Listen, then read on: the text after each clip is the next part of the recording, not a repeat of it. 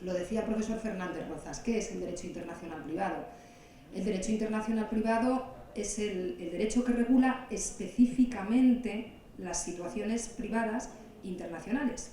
Cualquier situación privada que se puedan imaginar, del derecho de familia, del derecho contractual, sucesiones, extracontractuales, le añaden el adjetivo internacional y en esa situación se plantean unos problemas que no surgen cuando la situación es lo contrario, es decir, meramente interna.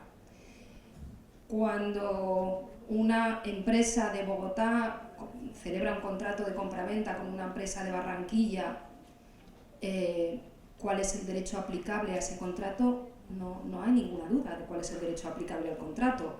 Si un tribunal colombiano va a conocer o no, en caso de que se plantee un litigio, no es una pregunta. Sabemos que hay un tribunal colombiano que va a conocer, ¿no? Pero cuando la empresa de Barranquilla celebra el contrato con la empresa estadounidense, ahí ya hay problemas específicos. Cuando un ciudadano colombiano se casa con una ciudadana española, ahí hay problemas específicos y esos problemas específicos son los que aborda el derecho internacional privado, los que da soluciones. Y son fundamentalmente estos sectores que tienen delante y que el profesor Fernández Rozas ya ha mencionado. El sector de la competencia, van a conocer los tribunales colombianos en caso de que el español y la colombiana que se han casado en España se quieran divorciar en Colombia, ¿sí o no? El sector de la competencia solo resuelve esta duda, esta pregunta. Si dos españoles que viven en España se quieren divorciar en Colombia, ¿va a conocer un tribunal colombiano? ¿Sí o no? Es esta la cuestión. Las normas de derecho aplicable. Ahora supongamos que sí conoce el tribunal colombiano, que con las normas de competencia llegamos a la respuesta sí. ¿Qué derecho va a aplicar? Reconocimiento. Si el colombiano y la española se han divorciado en España, ¿se va a reconocer esa sentencia? Bueno, pues como también el profesor Fernández Rozas ha dicho, resulta que el derecho internacional privado colombiano pues tiene muchas carencias. Tiene muchas carencias porque yo también coincido con él en el que muy probablemente hace 20, 30 años estas situaciones no se planteaban o no se planteaban de manera suficiente como para que hubiese una inquietud por parte de los legisladores a la hora de dar respuestas a estos problemas. Entonces, si no tenemos muchos colombianos que se casan con extranjeras o colombianas que se casan con extranjeros y viven en el extranjero y adquieren bienes en el extranjero, si no tenemos muchas empresas colombianas que estén celebrando contratos con sociedades extranjeras, si no hay sociedades extranjeras que invierten en Colombia, ¿para qué el derecho internacional privado? La respuesta es para nada. Sin embargo, esta no es la situación actual de Colombia, todo lo contrario. Y sin embargo, no nos encontramos con unas respuestas adecuadas desde el derecho colombiano a los problemas que se van a plantear. Y ahora voy a realizar pues eso, un pequeño recorrido para demostrarles, a quienes no lo sepan ya, que en efecto el derecho internacional privado colombiano pues es muy deficitario y necesita de una reforma en profundidad. Normas de competencia judicial internacional. No hay. Esa es la primera cuestión destacable del derecho internacional privado colombiano. No hay normas al margen de los convenios. No voy a entrar en el derecho convencional colombiano, voy a referirme al derecho estatal colombiano. No hay normas en el sistema colombiano que regulen específicamente la competencia judicial internacional. Hay solamente una norma, que es la norma sobre inmunidad de jurisdicción del artículo 27 del Código General Procesal. Lo único que tenemos es la posibilidad de aplicar las normas de competencia territorial, es decir, esas normas que regulan la competencia de los tribunales colombianos dentro de Colombia, que nos dicen, bueno, yo sé que un tribunal colombiano va a conocer de un litigio, por ejemplo, porque es un litigio entre colombianos, contractual, obligaciones que se ejecutan exclusivamente en Colombia, pero ¿qué juez dentro de Colombia? Bueno, pues esas normas que regulan la competencia territorial son las que se están aplicando a la competencia internacional. Y claro, si atendemos a cuáles son esas normas, vemos que en algunas ocasiones, bueno, pues a lo mejor no es tan mal. Está, por ejemplo, el foro que denominamos el foro general del domicilio del demandado. Si tenemos que elegir un tribunal dentro de Colombia, tenemos que ir al del demandado, a donde tiene su domicilio el demandado. ¿Es adecuado que los tribunales colombianos se declaren competentes cuando el demandado está en Colombia, domiciliado? Sí, podemos decir que es una solución más o menos adecuada. Si acudimos, no voy a ir por todas, pero si vamos viendo los foros de competencia en materia territorial, bueno, pues observamos que no son malas soluciones llevadas al ámbito de lo internacional. Otro ejemplo, explotación de sucursales, foro de la sucursal. Esto significa que si una empresa está domiciliada en Bogotá, pero tiene una sucursal en Barranquilla, se puede presentar la demanda tanto en Bogotá como en Barranquilla para los litigios que derivan de la explotación de la sucursal. ¿Es adecuado que si una empresa está domiciliada en Argentina, pero tiene una sucursal en Colombia, podamos presentar la demanda en Colombia? Sí. Es decir, hasta ahí, bueno, ¿cuál es el verdadero problema? Pues el problema es que no se permite la elección de tribunal, y esto es muy grave en el ámbito de los negocios internacionales. Que dos empresas en un contrato no puedan, bueno, pueden hacerlo, por supuesto, pero si establecen que se sujetan a los tribunales de Bogotá o que se sujetan a los tribunales de Nueva York, desde el punto de vista del derecho colombiano, eso no tenga eficacia, es muy grave. Es muy grave porque va en contra de toda la práctica contractual internacional.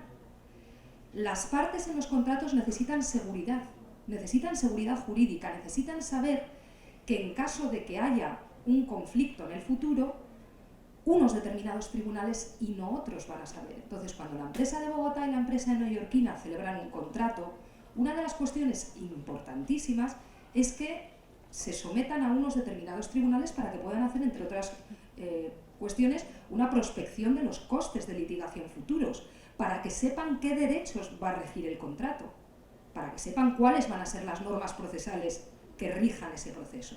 Esto es fundamental y, sin embargo, fíjense que se tiene por no escrita la estipulación del domicilio contractual a efectos judiciales. O sea, no vale desde el punto de vista colombiano. Esto es de urgente revisión y reforma, porque no le hace ningún favor a las sociedades colombianas. Es cierto que las sociedades colombianas en materia de contratos en la actualidad cuentan con otra posibilidad, que es muy importante, que la de sujetarse a arbitraje. Bien, por ahí se puede salvar bastante, pero el hecho de no poder sujetarse a un tribunal estatal, sea colombiano o sea extranjero, insisto que va a plantear problemas si no se remedia de manera urgente. Claro, como no tenemos normas de competencia judicial internacional, tampoco tenemos normas que resuelven los problemas de aplicación de estas normas. ¿Qué ocurre, por ejemplo, si se plantea una demanda ante un tribunal colombiano y ese tribunal no tiene competencia, es decir, no debería conocer? ¿Cómo se controla la competencia judicial internacional? No hay normas. ¿Qué ocurre si una demanda se ha presentado en Nueva York y otra demanda, en segundo lugar, se plantea con el mismo objeto, entre las mismas partes y la misma causa, en Colombia? ¿Va a seguir conociendo el juez colombiano? Es decir, normas de litispendencia, normas de derogatio fori. Claro, ¿qué es la derogatio fori? Bueno, pues esto es la derogación de la competencia que podría tener un juez colombiano cuando las partes deciden someterse a un tribunal extranjero.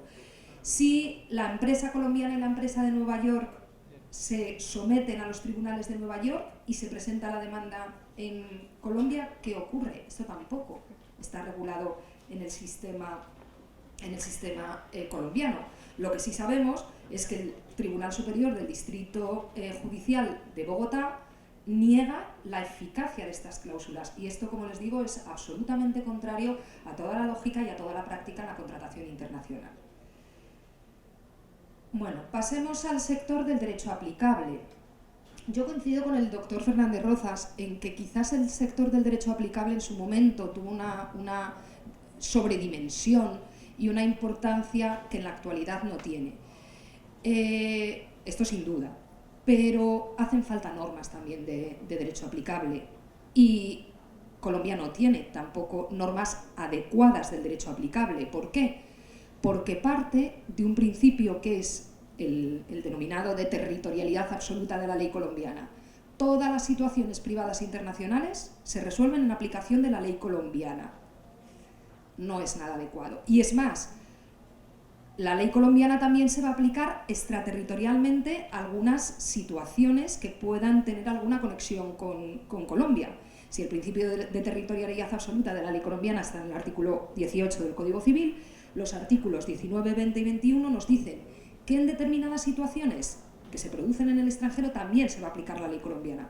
Es decir, ¿cabe aplicar derecho extranjero en Colombia? Respuesta no. Y es verdad, insisto, que estoy con el profesor Fernández Rozas en que demasiada aplicación del derecho extranjero no es positiva, entre otras cuestiones porque siempre decimos que cuando un juez aplica el derecho nacional es como un pintor, crea, recrea, y sin embargo cuando aplica un derecho extranjero es como si tuviera una cámara de fotos en su mano y solo pudiera hacer una foto, no crear, ¿no? Como un pintor. La aplicación del derecho extranjero, pues es verdad que debe reducirse, pero fíjense, un ejemplo. En materia de nombre y apellidos, en España, cuando una mujer extranjera da a luz y tiene también un marido extranjero, supongamos que es rusa, en España. El nacimiento en España, como hecho que tiene lugar en España, tiene acceso al registro civil español. Ese nacimiento, una persona ha nacido. Vamos a inscribirla en el registro civil español, no como español, porque no es español, pero sí como persona nacida en España. ¿Qué nombre y apellidos ponemos a esa persona que ha nacido en España? ¿Qué lo hacemos a la española? Vamos a decir, a ver, ¿cómo se llama el niño? Mijail, de acuerdo. ¿Y el padre se apellida cómo? Vale, pues ese es el apellido. Y el segundo apellido, el de la madre también se puede cambiar, ¿eh? Poner primero el de la madre y luego el del padre. Vale, pues ese es el apellido. Estamos armando un problema gravísimo en la identidad de esa persona. ¿Por qué? Porque los apellidos en Rusia no van así. Primero, no tienen dos, como tenemos en España, el de la madre y el del padre, en el orden que sean. Tienen uno. Y el apellido no se conforma con el apellido paterno, sino con el nombre del padre y una desinencia. Entonces, claro, estamos cambiando totalmente la identidad de esa persona, que cuando se vuelva, imagínense que estaban de vacaciones, la rusa y su marido cuando tienen el hijo en España, cuando se vuelvan a Rusia ese niño va a ser otro completamente distinto. ¿Ahí no conviene que apliquemos la ley rusa? Claro que conviene que apliquemos la ley rusa. Y digamos que el nombre y los apellidos del niño ruso se determinan por el derecho ruso, por ejemplo. Bueno, tenemos por lo tanto en Colombia una regulación muy parca y que impide la aplicación del derecho extranjero. Regulación sustantiva, es decir, alguna regulación ya no sobre cuál es la ley aplicable a las situaciones, sino de cuestiones puntuales, pues en los artículos que ven, 163 y 64 para el divorcio, o 127 para el matrimonio, o la sucesión intestada, una serie de preceptos. Y luego en el Código de Comercio también nos encontramos con algunas normas específicas para la materia comercial, como la prueba de la costumbre extranjera, que no la ley extranjera, porque claro, si no se aplica la ley extranjera, y el pago en moneda extranjera. Y una disposición muy importante que es la que nos dice cuál es la ley aplicable al contrato internacional, que es el artículo 869 del Código de Comercio, que lo que nos dice es que cuando el contrato se ejecute en Colombia se aplica la ley colombiana. Bien, de nuevo tenemos que decir que estas soluciones son totalmente inadecuadas, que es necesario crear normas sobre el derecho aplicable que estén basadas fundamentalmente en el principio de proximidad, es decir, que nos digan qué ley debe regir las situaciones y esa ley pensando o sobre la base de la proximidad de la ley con la situación. ¿Cuál es la ley más cercana? En mi ejemplo anterior, ¿tiene sentido que apliquemos la ley española porque el niño haya nacido en España cuando los padres estaban de vacaciones? No. La ley más próxima con la situación es la rusa. Apliquemos la ley rusa, por ejemplo. Otra cuestión fundamental, que aquí, sin embargo, la jurisprudencia ya resuelve, pero claro, la jurisprudencia, no la ley, de una manera más adecuada. Igual que decía anteriormente que es muy importante que las partes puedan elegir el órgano jurisdiccional al que sometan un litigio, es fundamental que puedan elegir también la ley aplicable a un contrato. Y aquí el Tribunal Superior de Bogotá sí ha afirmado esta posibilidad. Es decir, que si una empresa colombiana y una empresa neoyorquina dicen que el contrato se rige por la ley de Nueva York, a eso sí le ha dado efecto el Tribunal Superior de Bogotá. Y esto digo que es la solución adecuada, es la correcta, aquí y en cualquier parte del mundo, desde luego, pero es jurisprudencial. Conviene que una ley lo contenga expresamente porque el Código de Comercio no es exactamente lo que dice. Y claro, como no tenemos unas normas de conflicto, que son estas que nos dicen qué derecho se aplica a la situación privada internacional, tampoco tenemos unas normas de aplicación de las normas de conflicto, normas que regulen precisamente la aplicación del derecho extranjero o el orden público, o qué ocurre cuando el derecho extranjero es el de un Estado en el que hay más de una normativa. Por ejemplo, qué ocurriría si un juez colombiano tuviese que aplicar la ley española, porque dentro de España hay varias leyes, o qué ocurre si tiene que aplicar la ley estadounidense. Dentro de Estados Unidos pues hay tantas leyes como estados, ¿no? Todo esto Colombia carece de ello e, insisto, lo necesita por lo que estábamos exponiendo anteriormente. Son muchas ya las situaciones privadas internacionales vinculadas con Colombia y Colombia tiene que dar respuesta a estas situaciones.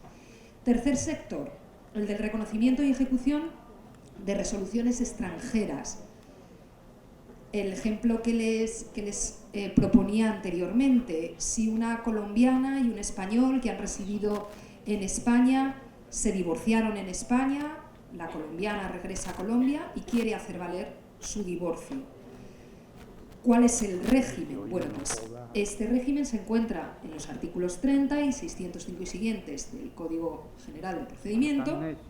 Sabemos que hay solo un órgano jurisdiccional competente a estos efectos, que es la Sala de Casación Civil de la Corte Suprema de Colombia, y que hay dos regímenes.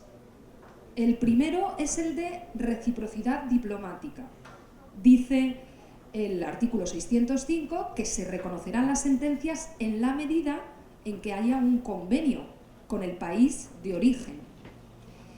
Si no lo hay, es cuando pasamos a la reciprocidad legislativa.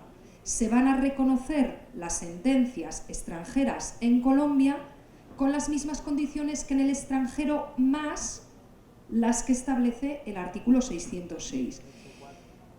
El régimen de reciprocidad es algo absolutamente caduco y que no tiene ningún sentido dentro de un régimen de reconocimiento de resoluciones extranjeras. Pero fíjense que esto, siendo grave, es decir, es un régimen inadecuado, no es tan inadecuado como la propia lectura que hace la Corte Suprema de Colombia. Voy a leerles, para no poner yo ninguna palabra que no sea mía, la doctrina consolidada de la Corte Suprema de Justicia, que dice que por regla general las decisiones judiciales extranjeras no se pueden hacer valer en Colombia y que por excepción cobran vigor siempre y cuando exista con el país extraño un tratado que así lo consagre, la reciprocidad diplomática, o a falta de convenio internacional exista ley allá mismo que le otorgue valor a las sentencias proferidas por los jueces colombianos, reciprocidad legislativa. Fíjense lo que dice el tribunal colombiano. que en principio no se reconocen y que solo por excepción, esto carece totalmente de sentido también. El principio tiene que ser el de reconocimiento de las sentencias extranjeras siempre y cuando cumplan unas determinadas condiciones. Y esas condiciones tienen que estar claramente dispuestas en la ley. Esas condiciones que antes han visto sí pueden estimarse más o menos adecuadas, pero claro, primero el principio de reciprocidad tiene que desaparecer sobre todo esta idea de que lo excepcional sea el reconocimiento. Lo excepcional tiene que ser el no reconocimiento. Y luego hay otro problema, que sea un único órgano. Esto también pasaba en España. En España era el Tribunal Supremo, la Sala de lo Civil, la única que antiguamente tenía competencia en materia de exequatur, de reconocimiento de resoluciones extranjeras. Pero le va a pasar a Colombia exactamente lo mismo que le pasó a España, que es una saturación absoluta de esta sala en particular en materia de reconocimiento de decisiones extranjeras. Cuando vengan los colombianos divorciados del extranjero o con hijos adoptados en el extranjero o con sentencias pronunciadas por tribunales extranjeros de condena a el pago de una determinada cantidad que se quieren hacer ejecutivas en Colombia. Claro, cuando sean una gran cantidad, desde luego esto se cambiará y se atribuirá competencia no solo a un órgano, sino a muchos más órganos de forma más descentralizada.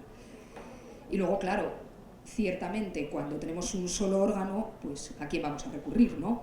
Pero cuando tengamos varios órganos competentes, una descentralización, habrá posibilidad de recurso, lo cual pues siempre conviene. Ocurría, por ejemplo, en España, que también teníamos, y seguimos teniendo, ojo, que tampoco creo yo que sea el mejor sistema del mundo, un régimen de reciprocidad, y primero comenzamos con el régimen convencional.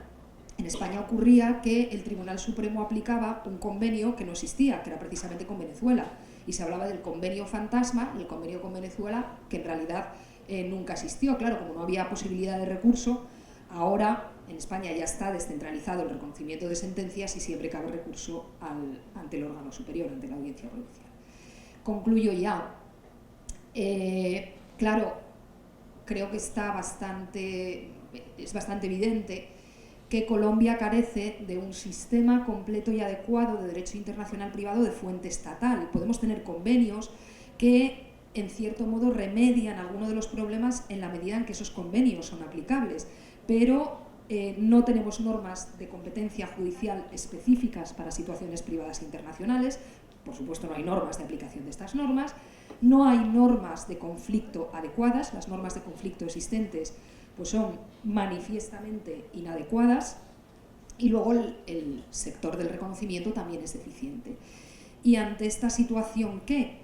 Pues ya lo hemos expresado, hay que cambiar el derecho internacional privado colombiano, y la oportunidad pues se presenta clara con esta ley modelo que se ha elaborado para el ámbito de los países del Caribe, a través de la cual lo que se propone es una normativa que Colombia lógicamente puede tomar en bloque o tomar en una parte. Yo recomendaría que la tomase en bloque, pero bueno, en la medida de las necesidades y de las especificidades colombianas.